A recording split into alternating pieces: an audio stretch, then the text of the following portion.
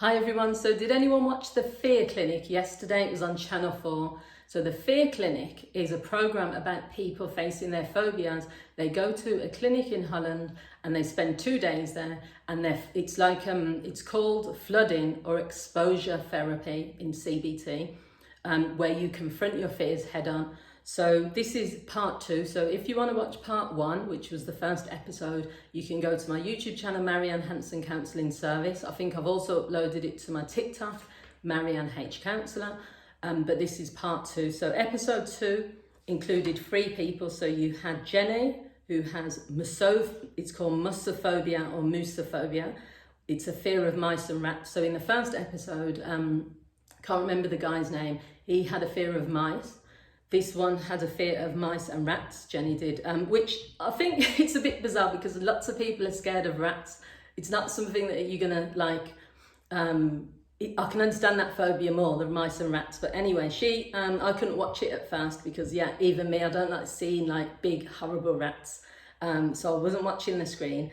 And then eventually I sort of thought, I need to watch this so that I can make some notes and things. So she was she was in tears. There was no tears, like I didn't see many, but she was like working herself up. She was really scared, terrified. But that was when she was looking at the rat. But the minute she got in the room and the professional was holding her hand, and I love the way that they actually help people through these phobias. She calmed right down really quickly. And the proof, obviously, I've just put here, is proof that fear is sometimes an emotional response. It's not a response to a fearful situation. The rats, there was one rat, I think, and a mice were in a big box in the middle of the room. They were nowhere near her and they were not a danger to her, but her fear was just looking at them. So it was something, obviously, that she was saying, she was building herself up, saying she was scared, and that's obviously what a phobia is. They couldn't work out where it has come from. But she overcame her fear because in the end she was able to get near to the rats. She was able to say that if she saw rats now or mice, she would be okay. She's not happy putting the bins out, she said, but she'll be okay doing a lot of things. The second person, Tracy, it's called thalassophobia, which is a fear of open water. So she can swim, which was a tricky one because I can't swim, but I'll get into water, but when it's up to sort of here, then that's when I start to think I'm not going into deep water. I've been scuba diving, which took a lot as well for me to do that. But the guy had to hold my hand because, I've got a fear of deep water, a feeling of drowning because I can't swim. But she can swim, but she lives near water and she's missing out on lots of things because she won't even paddle her feet in the water. I was really proud of her. I think out of all the people that have been on it so far, she pushed herself, she was determined, she was telling herself, I'm going to do this for my children, I'm going to do this for everyone.